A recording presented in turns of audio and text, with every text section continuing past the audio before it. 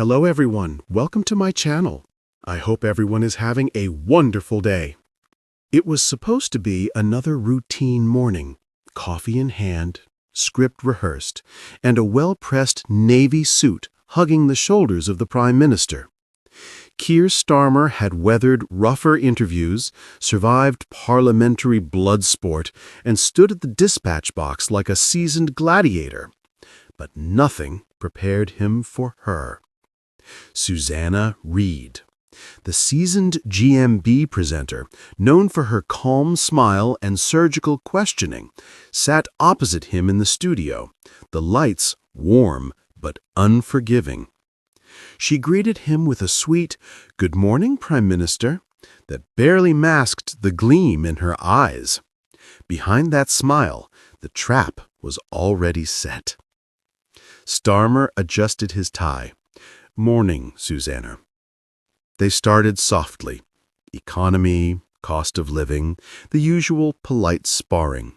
But then, like a hawk folding its wings in mid-air before the strike, she changed her tone.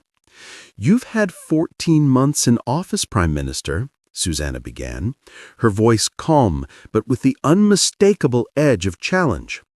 "And still, nurses are striking, schools are crumbling, and people are choosing between heating and eating. What exactly have you delivered that has changed anyone's life?" The studio fell silent for a beat. Starmer blinked. "Well, Susanna, we've made significant strides in restoring public trust, but not in fixing the problems people actually live with, Prime Minister. Restoring trust doesn't put food on the table, Prime Minister." He opened his mouth, then closed it. For a moment, it seemed like the carefully memorized talking points had scattered like autumn leaves in a gust of wind. "Well, if you'll let me finish, we've laid the foundations." Susanna leaned in. "You had 14 months, not 14 days, Prime Minister. Foundations are great, but the house is still leaking, and people are drowning." The metaphor landed like a punch to the gut. Starmer looked briefly off camera, searching for a lifeline, an aid, a note, anything. But there was only Susanna, politely waiting, her expression unchanged, but her eyes sharp with purpose. Twitter exploded before the interview had even ended. Clips of his stammering response were already circulating. Hashtag had 14 months was trending alongside memes of foundations, leaky houses, and one rather brutal edit of him building a Lego house while the world burned outside. Back in the studio, Starmer tried to recover. "We've increased NHS funding by £3 billion, and—" Susanna was ready. "Yet waiting times are longer. Where is the result, Prime Minister? Where's the impact?"